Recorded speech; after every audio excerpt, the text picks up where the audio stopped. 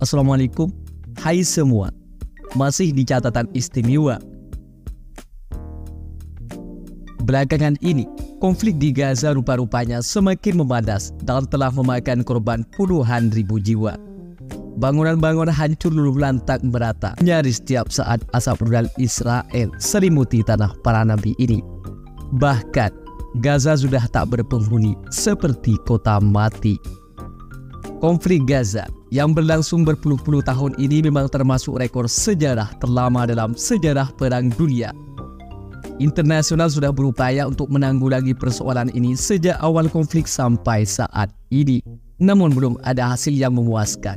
Padahal konflik ini sudah berlangsung dirasakan sejak tahun 1920 Masehi. Dan persoalan ini diyakini Zionis Yahudi sumber utama dalam perpecahan konflik ini sejak abad itu. Bagaimana Zionis Yahudi berlabuh di tanah Palestina? Berikut kami ulas seputar jejak Zionis Yahudi di Palestina versi catatan istimewa. Bagi kamu yang penasaran, tonton sampai habis. Namun sebelum lanjut, bagi kamu yang baru gabung di channel ini, terus dukung channel dengan tekan tombol like, subscribe, dan loncengnya agar kamu terus mendapatkan notifikasi info baru dari catatan istimewa.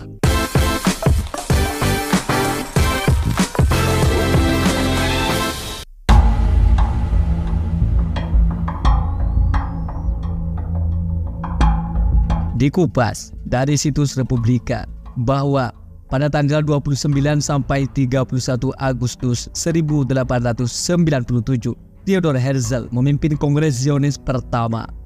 Mereka menyepakati langkah-langkah untuk mendirikan negara Yahudi di Palestina yang saat itu dikuasai Turki Utsmani. Pendanaan kuat dari bankir-bankir Yahudi di Eropa menyokong gerakan ini. Melalui dana itu, imigran Yahudi mulai berdatangan ke Palestina dan membeli tanah-tanah warga Arab yang sudah berabad-abad tinggal lebih dulu di Palestina. Pada tahun 1897 itu, juga Komisi Arab dibentuk di Yerusalem untuk menghentikan pencaplokan lahan oleh emigran Yahudi. Saat itu, peraturan tanah Yahudi mulai mengusir warga Arab, dan warga Arab mulai mencurigai rencana pendirian negara Israel. Pada tahun 1920, terjadi bentrokan antara etnis Arab dan imigran Yahudi di wilayah Palestina. Pada saat itu, imigrasi Yahudi ke Palestina meningkat tajam, yang menyebabkan ketegangan antara komunitas Arab dan Yahudi di daerah tersebut. Bentrokan-bentrokan ini melibatkan serangan dan pembalasan antara kedua kelompok, dan situasinya semakin genting seiring berjalannya waktu. Konflik ini menjadi salah satu faktor utama dalam konflik Israel-Palestina yang masih berlanjut hingga saat ini. Bentrokan ini memuncak pada pertengahan hingga tahun 1930-an saat dimulainya pemberontakan Arab yang dipimpin oleh dua tokoh politik dan agama, yaitu Izzuddin Al-Qassam dan Amin Al-Husseini. Pemberontakan ini melibatkan serangan terhadap penduduk Yahudi dan kekuatan keamanan Inggris. Inggris yang saat itu menjadi penguasa mandat Palestina merespon pemberontakan dengan kekerasan dan tindakan keras.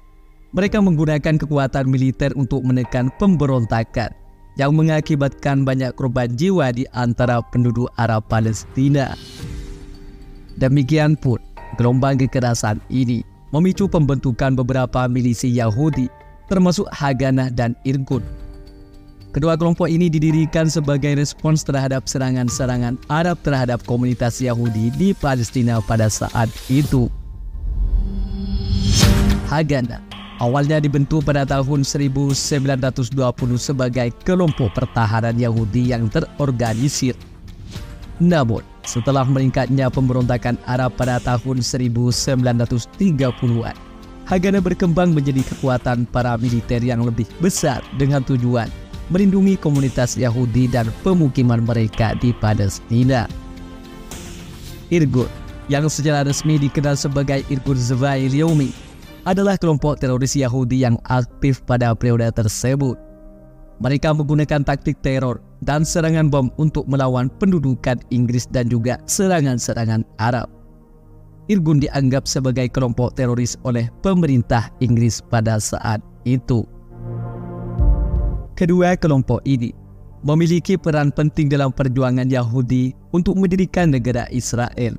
Setelah berakhirnya mandat Inggris atas Palestina pada tahun 1948, Haggadah menjadi dasar dari Angkatan Pertahanan Israel atau IDF.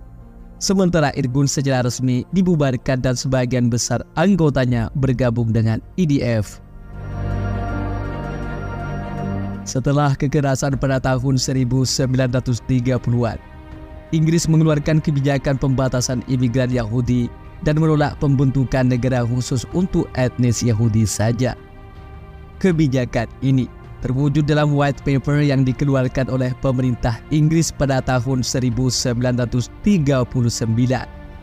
Dalam dokumen tersebut, Inggris menetapkan batasan imigrasi Yahudi ke Palestina dengan jumlah maksimum 75.000 orang selama 5 tahun. Setelah itu, imigrasi akan tergantung pada persetujuan Arab. Inggris juga menolak pembentukan negara Yahudi yang merdeka di Palestina dan mengusulkan pembentukan negara yang diperintah bersama oleh Arab dan Yahudi. Namun, kebijakan ini menuai protes dari komunitas Yahudi di Palestina karena dianggap sebagai pengkhianatan terhadap janji-janji Balfour Declaration pada tahun 1917 yang mendukung pendirian tanah air nasional bagi bangsa Yahudi di Palestina. Kebijakan ini juga memperburuk ketegangan antara komunitas Arab dan Yahudi di Palestina karena Arab melihatnya sebagai langkah yang tidak memadai dalam memenuhi aspirasi nasional mereka. Akan tetapi, kebijakan ini tetap berlaku hingga berakhirnya mandat Inggris di Palestina pada tahun 1948 ketika negara Israel didirikan. Sejak berdirinya negara Israel, Zionis semakin memperluas wilayah di tanah Palestina. Sejak 7 Oktober 2023 lalu sampai saat ini, Israel terus melakukan serangan dan gerakan genosida secara bertubi-tubi upaya mengosongkan tanah Gaza Palestina.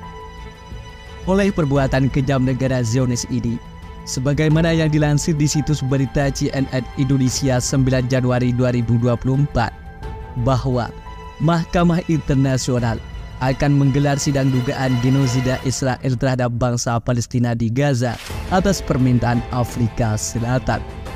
Dalam gugatan tersebut, yang tertuang dalam dokumen berisi 84 halaman, Afrika Selatan menyebut Israel telah melakukan genosida karena membunuh warga Palestina di Gaza, menyebabkan mereka mengalami penderitaan mental dan fisik yang serius, dan menciptakan kondisi hidup yang menyebabkan kehancuran fisik.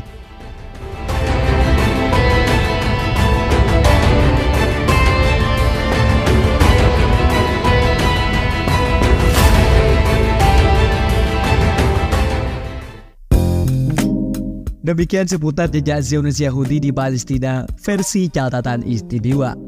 Bagi kamu yang punya tambahan atau koreksi seputar Zionis Yahudi di Palestina, tulis di kolom komentar ya. Sampai sini dulu guys. Sampai bertemu kembali di catatan istimewa selanjutnya. Wassalam.